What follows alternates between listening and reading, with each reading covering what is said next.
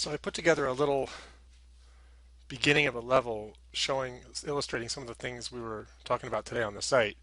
So first off, I'm using a procedural sky, which here I'm using Cinema 4D to render a procedural gradient with some noise layers to make it look sort of like clouds. And then the idea is it's rendered onto this sphere, and then I'm able to bake out that texture as a 32-bit high dynamic range image, which we see here. And if we look at it here and we look at the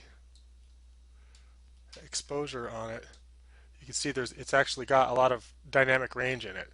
So what that means is it can be used for high dynamic range lighting. It's not just what you see is what you get image. It's a full 128-bit image, and it's synthesized. So now what I can do with that is I can bring it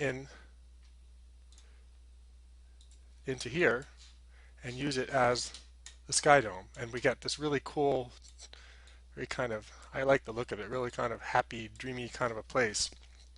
And then the first thing I thought of is let's just try to put, I had this small prop that I was using for the sides of one level, this sort of mountain range. Let's just see what happens if I just stick this in the very end of the sky dome. You see, it's just out toward the front, and it's clipping, and there's all sorts of problems, but that's okay.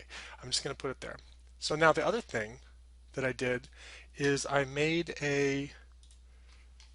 this cloud, which I already showed on the site.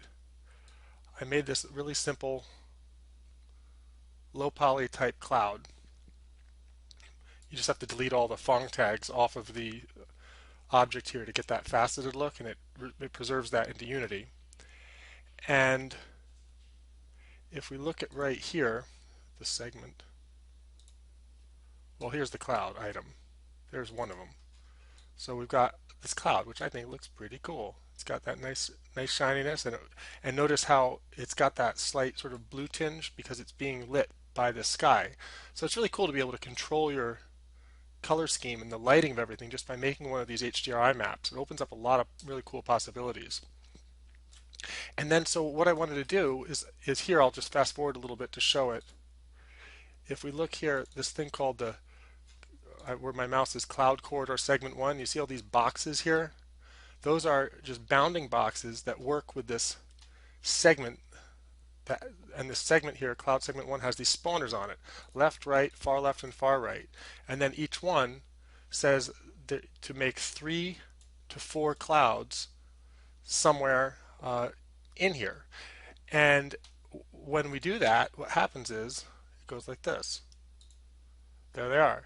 And so what we have is 500 meters, a 500-meter segment of clouds that, depending upon that, every time will be different.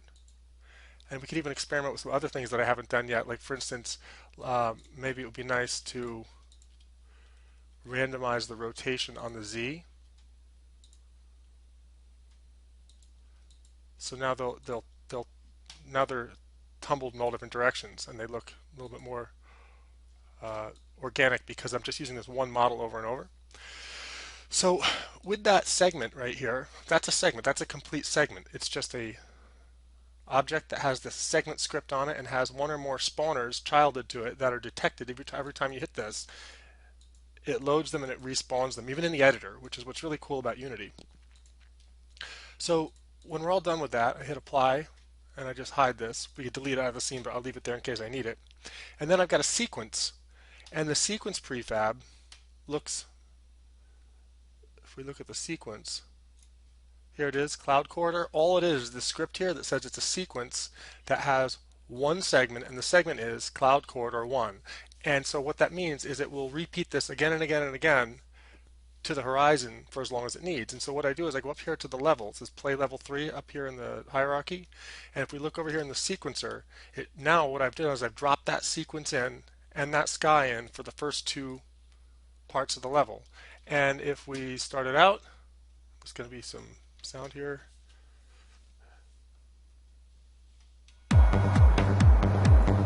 There it is. Now we're flying through the clouds, and there's mountains in the front.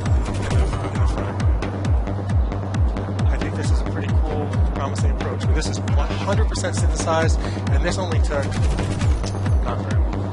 Now here we can see that we might want to, we've got a new thing coming in, so we might want to switch out what's in the background, in the foreground. But even with just something in there, it looks pretty cool just to have something in there, even though it disappears at this point. So there we are. We just played through the first little bit part of a new level.